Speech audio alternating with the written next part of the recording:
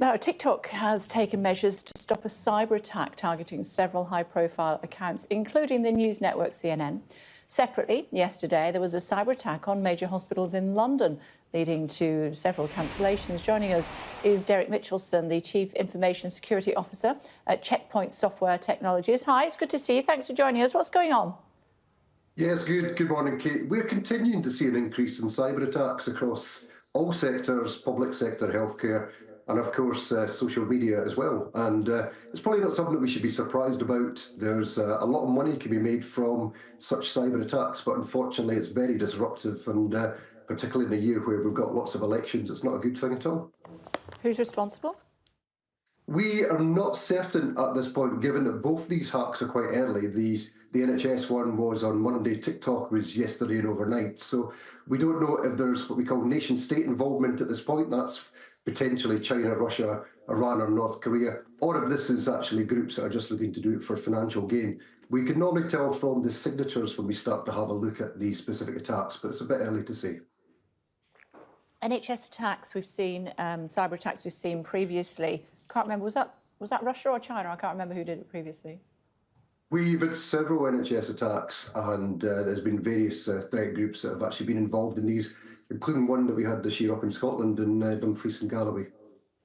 What do we do to try and prevent this from happening?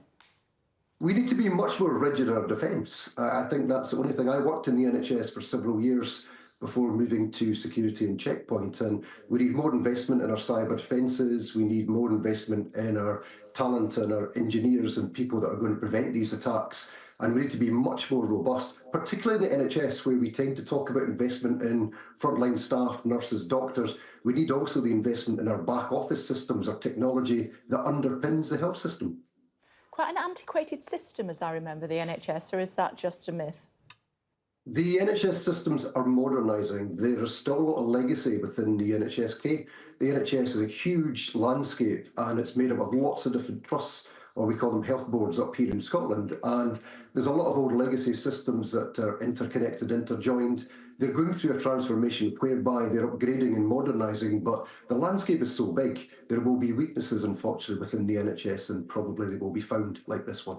And there are third-party companies, which I think was the case in this latest situation here in London, where the NHS can do everything it wants to, but sometimes they have to rely on third parties. And if their systems are not up to speed, then that's a Trojan horse, I'm guessing.